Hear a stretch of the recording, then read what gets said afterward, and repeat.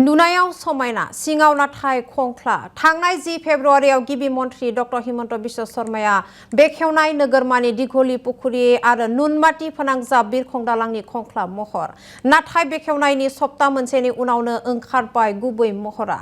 गुगालांबाय send gravel खैफोद हांख्रायदों बिरखं दालाङा आरो बे आयदायाव मोनसे जर'खा फोरमायथि नुनायाव समायना सिङाव नाथाय खंख्ला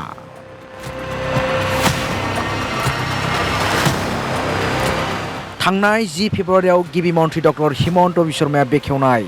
नोगोरमानि दिघली पुखुरी नुनमाटी फोनांजाब बिरखं दालांनि बे खंख्ला महर नुनायाव बिरखं दालाङा जोबोर समायना नाथाय बेखेवनायनि सप्ता मोनसेनि उनावनो ओंखारबाय गुबै महर गुगालांबाय सेन्ड ग्रेभेल ठिकादार अनुपम शर्मा महाराज प्रिथुआ जोबोद गोहो गोलोन्दांमोन नोंथाङा लुनाय बे बिरखं दालां बायदि एसेबां लोरबां नङामोन महाराज प्रिथु ठिकादार अशोक सिंहि कामरुपनि महाराजखौ एसेबां लाजि फोनांदों मानो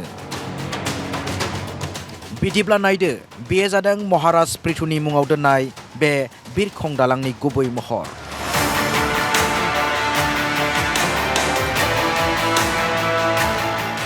बेखेवनायनि उनावनो खैफोद हांख्रायदों महाराज प्रिथु बिरखं दालाङा दाख्ला दाख्लायै गुगादों गोदान बिरखं दालांनि सेन्ड ग्रेभेलफोरा लामा हान्थिगिरिफोरनि फारसे गिख्रंथाव जादों लुनाय गोहोलैनि थाखायनो बेबायदि थासारिनि अजद ठिकादार अनुपम शर्मा बारग एमएलए अशोक सिंहिया लुदोंमोन बे बिरखं दालांखौ लुग्रा फसंथाना हाखु दाखुयै लुनायनि थाखायनो बेबायदि थासारि जानायनि अजद थारैनो बेबायदि जामारदोंब्ला जौ कौटि रां ओरैनो दैयाव थांगारबाय नामा सरकारनि धोन गोख्रों बिजाथाइ फोरमायदों आसुआ दुर्भाग्यजनक কথা অসমত আন্তঃগাঁথনি হৈছে ভাল কথা কিন্তু আন্তঃগাঁথনি যাতে উন্নত মানৰ হয় আধুনিক হয় সেই কথাটো আমি সকলোৱে চাব লাগিব যদি এসপ্তাহ নহওঁতে 10 দিন নহওঁতে চপৰে খহি পৰাৰ বাতৰি আপোনালোকে যি ধৰণৰ পৰিবেশন কৰিছে সেই পৰিবেশটো দুৰ্ভাগ্যজনক আৰু কাৰ গাফিলতিৰ কাৰণে এনে হ'বলৈ পালে কাৰ কামৰ হেমাহিৰ কাৰণে কথাটো হৈছে তেওঁলোকক তাৰ কাৰণে জবাবদিহি কৰিবলৈ আমি চৰকাৰক আহ্বান জনাইছোঁ দালাং লুনাयनि खरसखौ 850 कौटि बुंनाय जादोंमोन खरसा बांना 1150 कौटि रांसिम जाहैबाय दासान्दि 450 कौटि रां दिहुनना लांदों ठिकादारा 600 कौटियाव इसोरा अखाफोर सौहैबाय चन्द्रयान 2 1150 कौटिजों लुनाय दालांनि बे थासारि मानो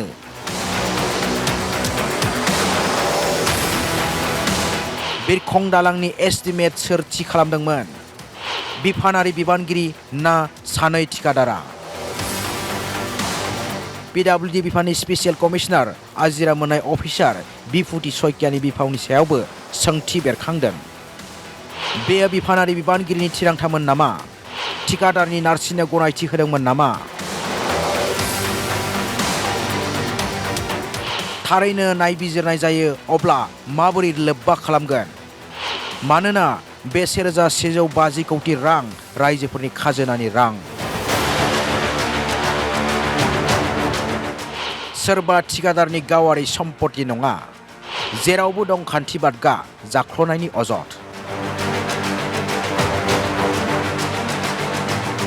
फैबाय थानाय समाव जों मोनसेयै सोराङाव लाबोगोन ब्युरो रिपर्ट असम लाइभ 24